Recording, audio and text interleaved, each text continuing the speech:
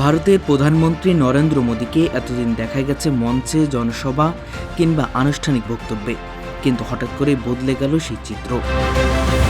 ক্যামেরার সামনে selfie video, তরুণদের উদ্দেশ্যে বন্ধুসুলভ ভাষা, এমনকি জনপ্রিয় গেট মি ধাঁচে রিলসও করছেন মোদী।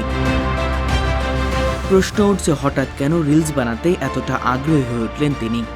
এর পেছনে রয়েছে ভারতের তরুণ প্রজন্মকে ঘিরে নতুন এক রাজনৈতিক বাস্তবতা। সাম্প্রতিক সময়ে ভারতের তরুণদের নেতৃত্বে বিক্ষোভ ও সামাজিক যোগাযোগ মাধ্যম ভিত্তিক আন্দোলন ব্যাপক আলোচনা আসে। বিশেষ করে ইনস্টাগ্রাম রিলস, মিম ও অনলাইন কন্টেন্টের মাধ্যমে তরুণদের মধ্যে আন্দোলনের বার্তা দ্রুত ছড়িয়ে পড়ে। এখানে বিজেপির জন্য তৈরি হয় নতুন চ্যালেঞ্জ।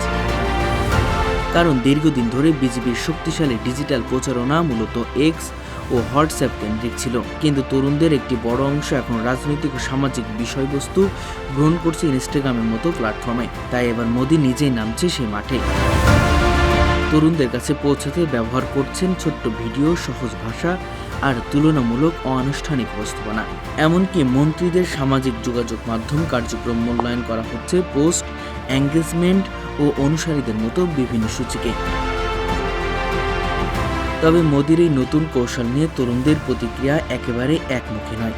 কেউ এটিকে সময়ের সঙ্গে মানিয়ে নেওয়ার চেষ্টা হিসেবে দেখছেন, আবার কেউ প্রশ্ন তুলছে, রিলসের ভাষা বদলালেই কি তরুণদের ক্ষোভ ও বাস্তব সমস্যাগুলো বদলে যাবে? অর্থাৎ মোদির রিলস শুধু বিনোদন নয়, এর পেছনে রয়েছে তরুণ ভোটারদের কাছে পৌঁছানোর বড় রাজনৈতিক হিসাব। আর তাই প্রশ্নটা এখন শুধু মোদি কেন রিলস বানাচ্ছে, বরং আসল প্রশ্ন হলো রিলসের মাধ্যমে কি মোদি আবারও তরুণদের মন জয় করতে পারবেন?